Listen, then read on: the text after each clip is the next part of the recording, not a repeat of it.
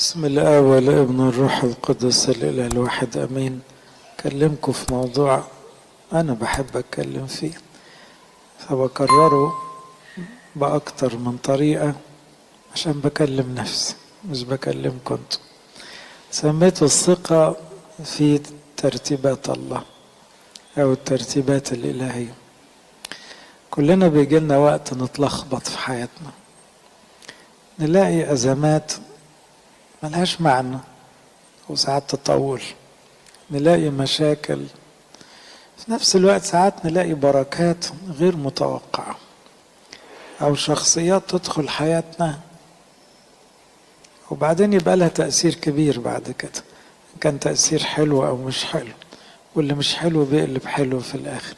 فتعالوا نعيش مع الفكرة إزاي الواحد يثق إن ربنا بيرسم حياة الإنسان كده بمزاجه، وبيرتب له الأمور الصغيرة والأمور الكبيرة بحكمة عالية.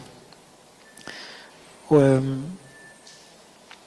مرة خدونا وإحنا يعني كنا صغيرين شوية عند حد من اللي بيشتغلوا على الفخار، فالحقيقة أول انطباع ليا إن الراجل ده ما بيفهمش حاجة. خد شوية عجينة وقعد يكعورها كده، فحسيت إنه شكله مش فاهم بيعمل إيه، وفضلت كده أول 5 دقايق وأنا بتفرج. طبعا في الآخر فوجئت إنه كعورة اللي أنا شايفها دي والعك اللي أنا شايفه طلع في الآخر حاجة تحفة يعني. ولما خدت وقتها طلعت حاجة جميلة أوي. ساعات احنا بنبقى في مرحلة الكعورة دي اللي هي ايه، انت مش فاهم ربنا بيعمل فيك ايه او بيعمل معاك ايه، او الناس دي داخلة ليه وطالعة ليه، الظروف مالها ملطشة كده او سهلة قوي او. فتعالوا نعيش مع الفكرة لانها فكرة مريحة. اولا الناس كتيرة بقت زعلانة اليومين دول. الزعل كتر ليه؟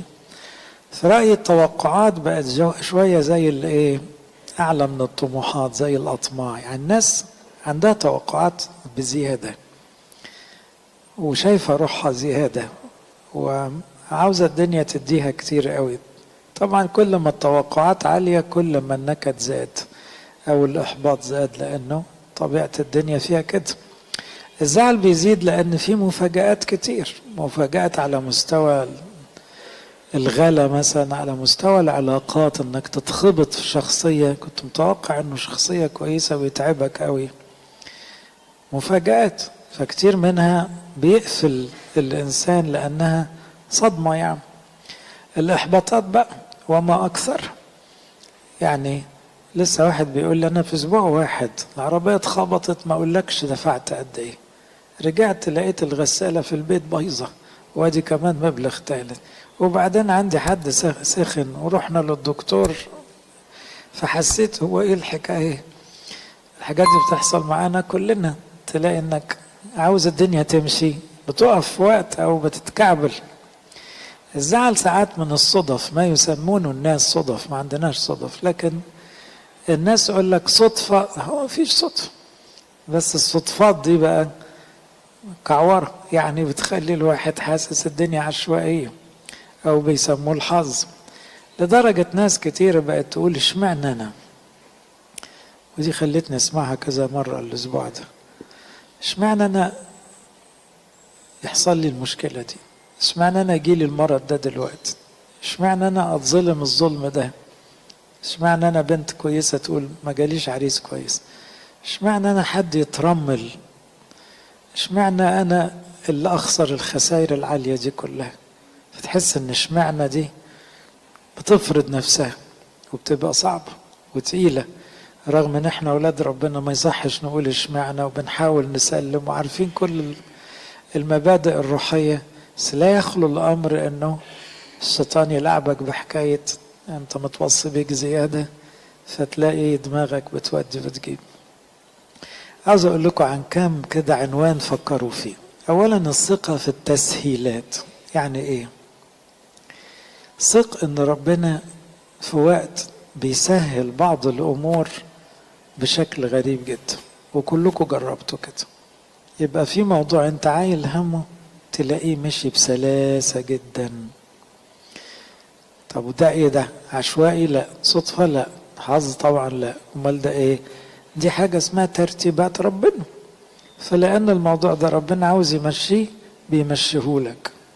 طبعا يدخل معانا يوقف لك ناس، واحد يقول لك ربنا وقف لي مش عارف ايه. ايه، ما هو صح، في ناس تتحط كده تسهل، وفي ناس تانية طبعا عكس كده. خليني نقول عشان نعيش في مستوى ثقة أعلى أو إيمان أعلى، كل حاجة ماشية سهلة لازم تشكر عليها، وتقرأ إنه ده مش طبيعتها، لأن غيرك ما بتمشيش معاه سهلة كده، فتستاهل الشكر. وكل واحد فينا عنده حتة تستاهل الشكر لأنها مشيت أسهل من المعتاد أو من اللي بيسمعه من بره. مرة واحد بيقول لي أنا حاطط للمشوار ده مش مصلحة حكومة كده 3 ساعات. تصور يا ابونا، عشان أنا مصلي الصبح يوميها كويس ومسلم لربنا واخد نفس طويل بقى عشان إيه ما نضايقش يعني. الموضوع خلص في نص ساعة. قال لي دي حاجة عكس، أنا قلت يا 3 يا 5 ساعة، يعني إيه آخري هيجيب 5 ساعات وانفجر بعد. خلص في نص ساعة. بس قال لي بقى ستارة طول اليوم وأنا بقول أشكرك يا رب، لأن أنا واخدها من إيده، مش واخدها صدفة، لا، ده تسهيلات تستاهل الشكر. الثقة في التسهيلات تخليك كمان تشكر على الإنجازات السريعة، إنجازاتك أنت الشخصية. ساعات تبقى أنت عاوز تعمل حاجة، الموضوع يمشي بسرعة، هو ده في حد ذاته في الزمن السريع ده يستاهل الشكر. إذا تعالوا في الإيجابيات الأول، نشكر لما نحس إن في بركة، في تسهيل، في إيد ربنا، في زقة، في نعمة. كلكم بتحسوها في وقت. مرة ست بتقول لي أبونا أنا الطبيخ بيقربني من ربنا. قلت لها يعني إيه الطبيخ يعني؟ فقالت لي أنا لما أطبخ أقول يا رب سهل، ألاقي إن أنا بطبخ حلو وبسرعة جدا، فبقى سعيدة ومبسوطة أوي إن ربنا واقف معاها في المطبخ إيده بإيدي كده ومسهل الأمور. هي ببساطة إيمانها بقى ده خبرة روحية بالنسبة لها، بقت تحب تطبخ عشان ربنا في المطبخ بيسهل يعني. الثقة في التسهيلات كمان تخليك تشكر على ناس حلوة ربنا حطهم في سكتك. واحنا بنخدم بنلاقي في ناس فعلا يفتحوا لنا أبواب، ودي حصلت في حياة قديسين كتار لو تذكروا يعني. مثلا غملائيل اللي طلع فجأة وال 12 مسجونين 12 تلميذ وبيناقشوا يعدموهم، بيناقشوا قرار إعدامهم والموضوع عمال يعلى، إلا اللي جاب غملائيل ده راجل عاقل يقف يقول لا احذروا انتوا هتقعوا مع ربنا كده، ويغير مسار التاريخ كله. طبعا دي تدخلات إلهية، ترتيبات إلهية، مع ان كلهم استشهدوا بعد كده بس مش وقتها.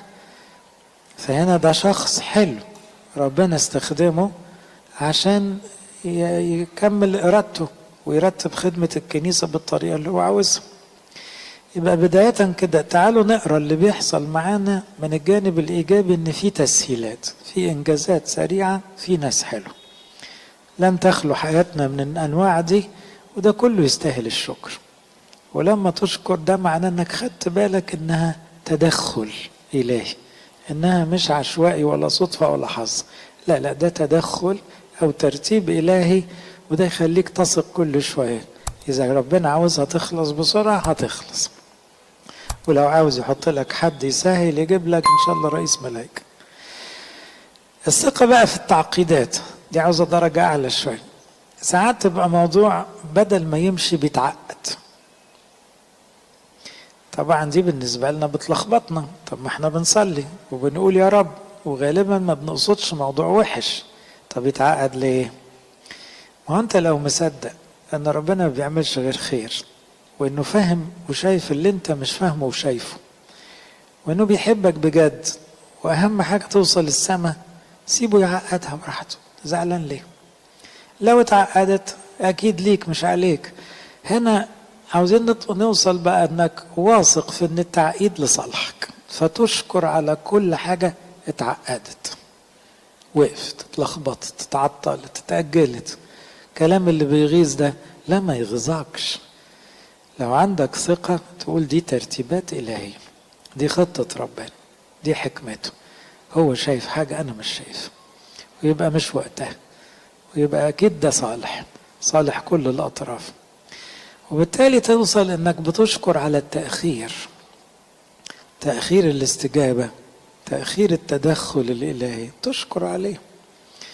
وتشكر على إنجاز بطيء، يعني حاجة المفروض تخلص بسرعة ما خلصتش، وانت بتجتهد بتحاول، مش راضية تمشي بالسرعة اللي انت متوقعها. معلش، حتى الأمور اللي ربنا عاوزها بطيئة هتطلع إنها بطيئة شكلها أحلى. وكمان الشكر على بقى الايه، الناس اللي بتعقد، وده كتير بقى، مش كده؟ يعني بدل ما تتغاظ وتتنرفز ان في ناس في الدنيا دي يعني ما يحبوش حاجة تمشي سهل وبدون اغراض احيانا، يعني حتى ممكن ما كلوش مصلحة شخصية، لكن تحس انه ايه، يعني ايه حاجة تخلص، يعني تحس بذنب لو حاجة خلصت. فتلاقيه ضميره يرتاح جدا لما يوقف الدنيا ويعقدها. وليكن هو يعني تفتكر ربنا مش عارف النوع ده وسايبه في الدنيا، ومن وراه بيستخدمه عشان برضه يعلمك شوية صبر، يديك شوية حكمة، تشوف نتيجة معينة في وقت معين. يبقى هتشكر على اللي بيسهل، وهتشكر على اللي بيعقد، هتشكر على الحاجة اللي تجري، وهتشكر على الحاجة اللي تقف، هتشكر على أكثر من توقعاتك، وتشكر على أقل كتير من توقعاتك. فكرتني وأنا بفكر في الموضوع، داود النبي مرة قال ربنا بعتك، مبارك الرب إلى إسرائيل الذي أرسلك. كان بيكلم مين فاكرين؟ أبيجايل. هو كان مصر ينتقم لنفسه، عصبي جدا ومتغاظ من الإهانات اللي جات له، واخد في وشه كده محدش هيقدر عليه ولا يسكته. وبعدين دي جت بوداعة وسجدت ولطفت وهدت أعصابه وعقلته. بس هو بقى من النوع اللي أشطر مننا، لقط على طول إن ربنا بعت حد يمنعه من الغلط، لقطها. ساعات احنا ما بناخدش بالنا إن ربنا بعت لك حد عشان ما تتكعبلش، عشان ما تغلطش غلطة عمرك، عشان ما يبقاش ندمك فظيع. لأنه لو كان عمل اللي كان ناوي يعمله دي كانت خطية وحشة أوي. إنه يقتل ناس عشان كرامته دي بعيدة خالص عن شخصية داود، دي هتبقى مصيبة أخرى زي بتاعة موضوع بتشبع أو الشغلة دي. فهنا قال لا، ربنا بعتك، مبارك الرب الذي أرسلك. يبقى ازاي تشوف ان ربنا بيبعت لك ناس؟ دي الثقة في الترتيبات الإلهية. مرة بقول لحد كده ربنا بعت مع ليا خدام هدايا مفيش زيهم. قال لي نشكر ربنا. قلت له في شوية هدايا بس من نوع آخر كده، حاجات بتفرقع كده في الوش يعني. فقال لي برضه نشكر ربنا، ما هو دي حكمته انه لازم يبعت لك ناس حلوة قوي وناس حلوة برضه، بس ايه تخليك انت حلو بقى.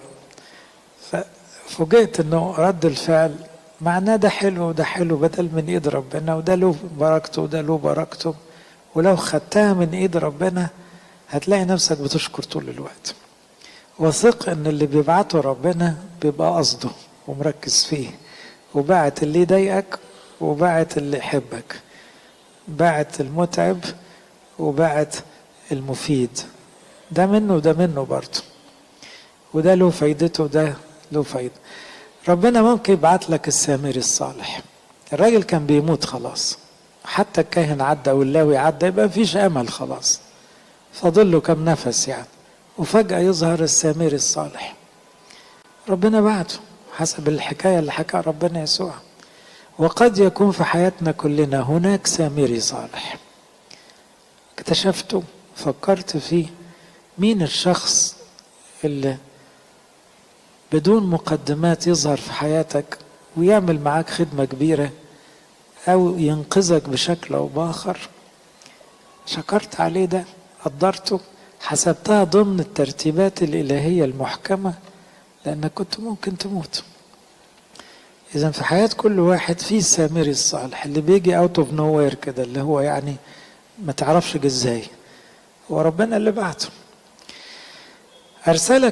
أرسالك دي كمان تخليك تفتكر مثلا حياة واحد زي بولس.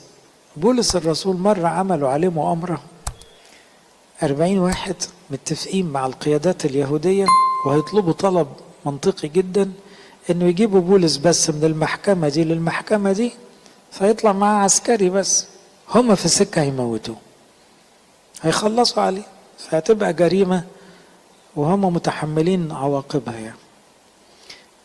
دي محكمة جدا. ليه؟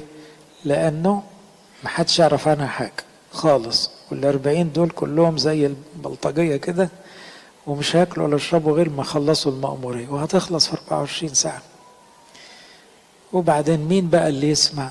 ابن أخت بولس اللي لا عمرنا سمعنا بيه ولا سمعنا بيه بعد كده كمان، شخصية طلعت في سفر الأعمال واختفت كده، ابن أخته. احنا عارفين ان عيلتك قلب عليك أساس من ساعة ما بقيت مسيحي وسبت العز بتاعهم. ايه اللي جاب ابن أختك في الموضوع؟ قال يسمع بالموضوع، فيجري البولس في السجن يقول له في مؤامرة، فيقول له روح بنفسك لقائد الماء قول له اللي انت سمعته.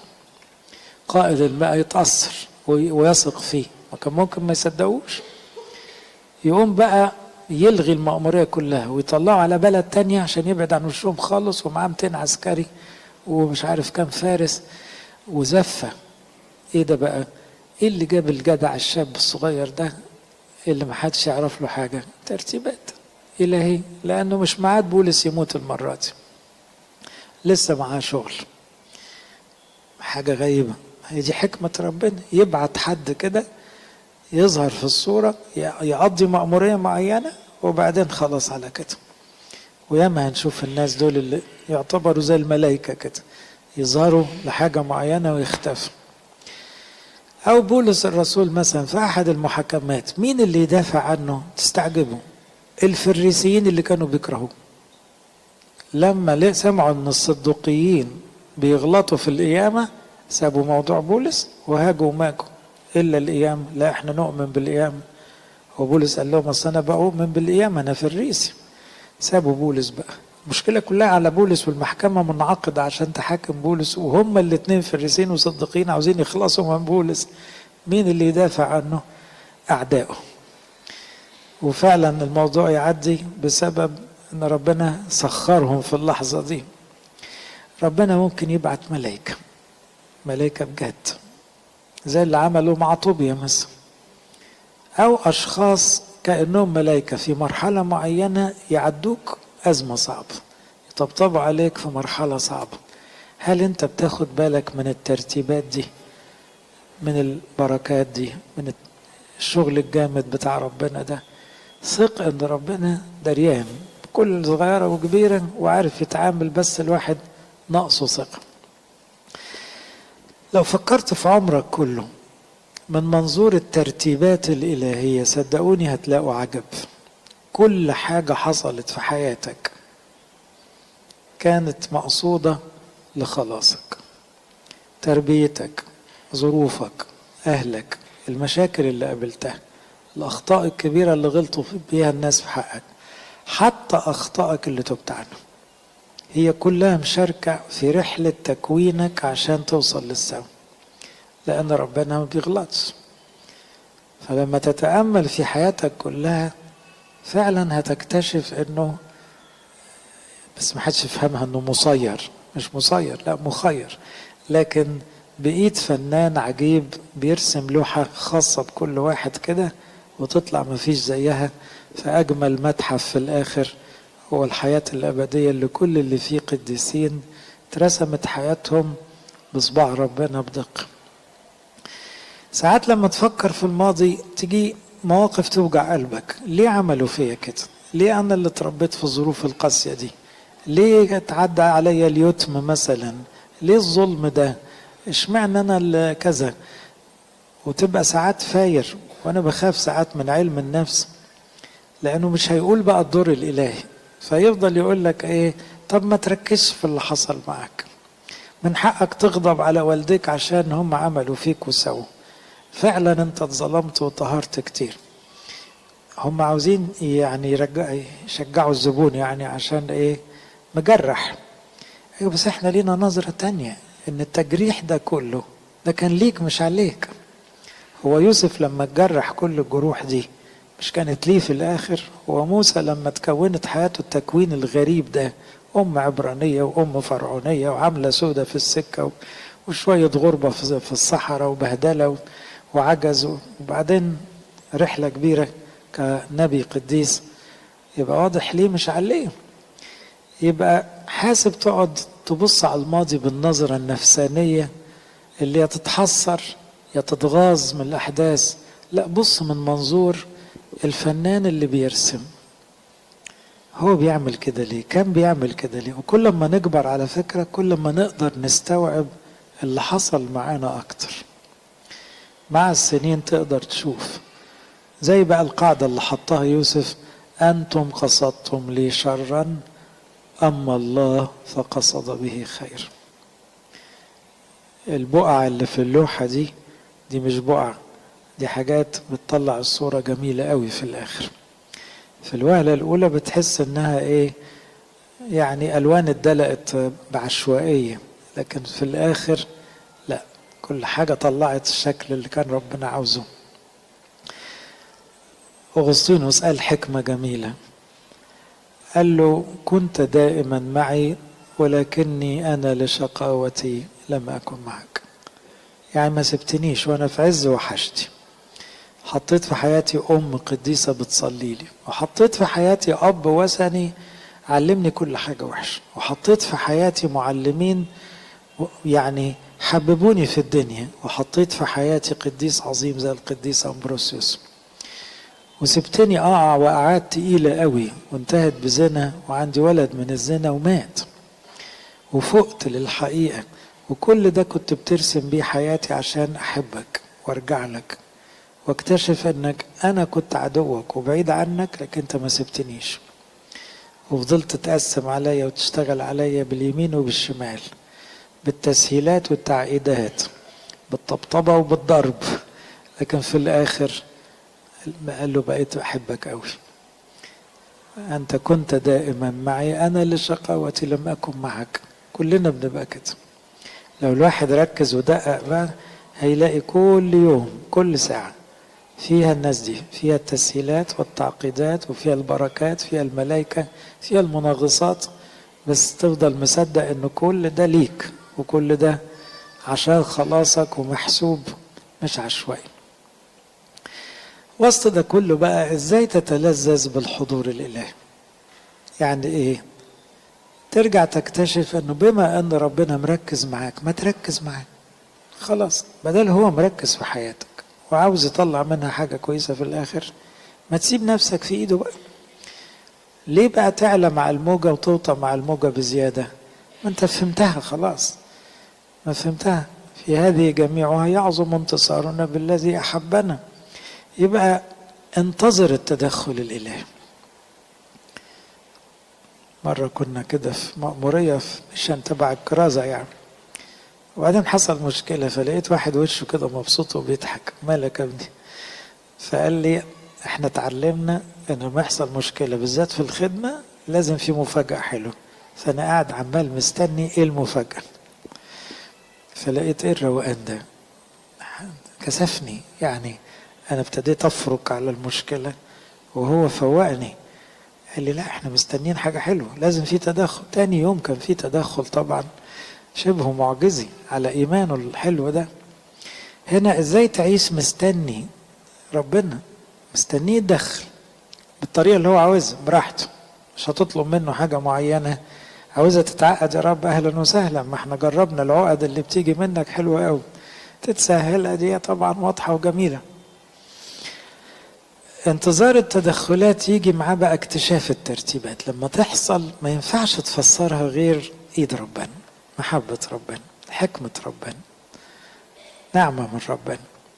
لأنه غلط خالص ان احنا أولاد ربنا نفسر الأمور بأي تفسير غير الكلام ده. بدل انت منتظر، يبقى لما تحصل ما تقعدش بقى تحملها على حاجات عقلانية بقى وحسابية. ما هي واضحة ايه؟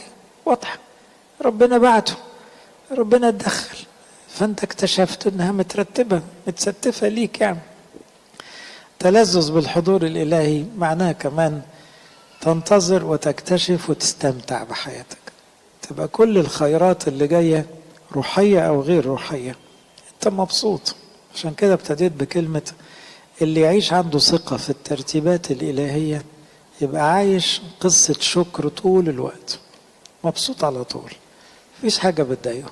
حتى لو غلط ربنا بيلم وراه، حتى لو اتعقدت آخر عقد هو ما عندوش أزمة، هو متأكد إنها في الآخر هتبقى جزء من قصة حلوة بيعملها ربنا، سيرة عطرة كده تنتهي بها حياته في الآخر. هل القديسين كانوا دايما شايفين إيه اللي هيحصل؟ لا، حتى أعظم القديسين ما كانش ربنا دايما بيقول لهم الخطوة الجاية هتمشي إزاي، لكن من كتر ما تعودوا ان ربنا بيرتب وبيخطط وبيظبط وبيرسم مزاج ما كانوش بيحاولوا يعرفوا هيحصل ايه. زي بولس لما يقول انا رايح اورشليم لان الروح القدس قال لي روح، كلكم بتقولوا هيمسكوني يموتوني هناك، احتمال، لكن انا لا اعلم ماذا يصادفني. هو انت كمان زينا مش عارف ايه اللي هيحصل لك؟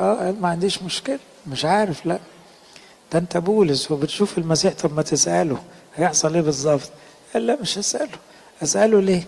ما هو هيكون معايا في اورشليم وهيمشي معايا، ولو موتوني يبقى حلو، ولو يعني خرجت هيبقى حلو، زي ما يعمل هو هيطلع حلو في الاخر. فهنا تحسه ايه المستوى الحلو ده، واحد متأكد تماما ان الترتيبات كلها مظبوطة جدا. ولما راح اورشليم اتمسك واتضرب واتسجن، بس ما كانش زعلان ولا قلقان ولا بيحسبها ولا منزعج. ليه؟ ده واحد عايش خلاص مجرب الثقة، تكال تسليم الكامل، ففرحان بكل حاجة.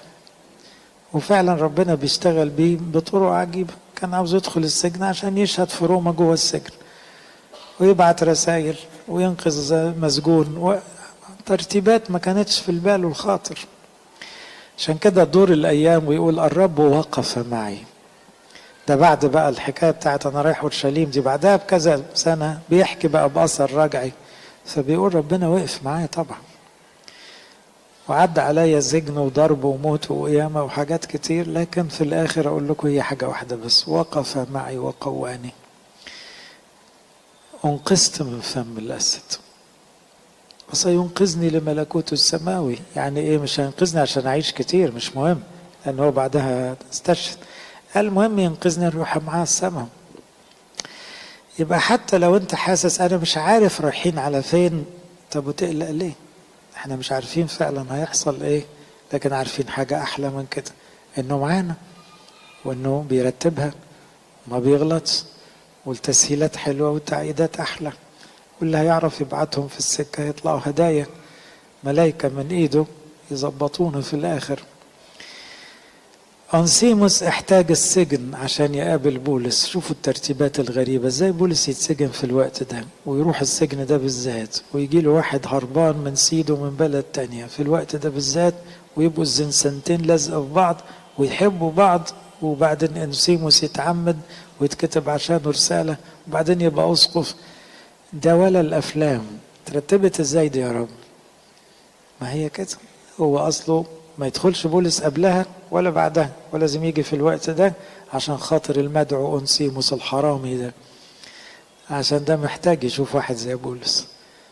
للدرجة دي مهم قوي سي أنسيموس ده، عشان ده بالذات اللي يتعلم على بولس جوه السجن.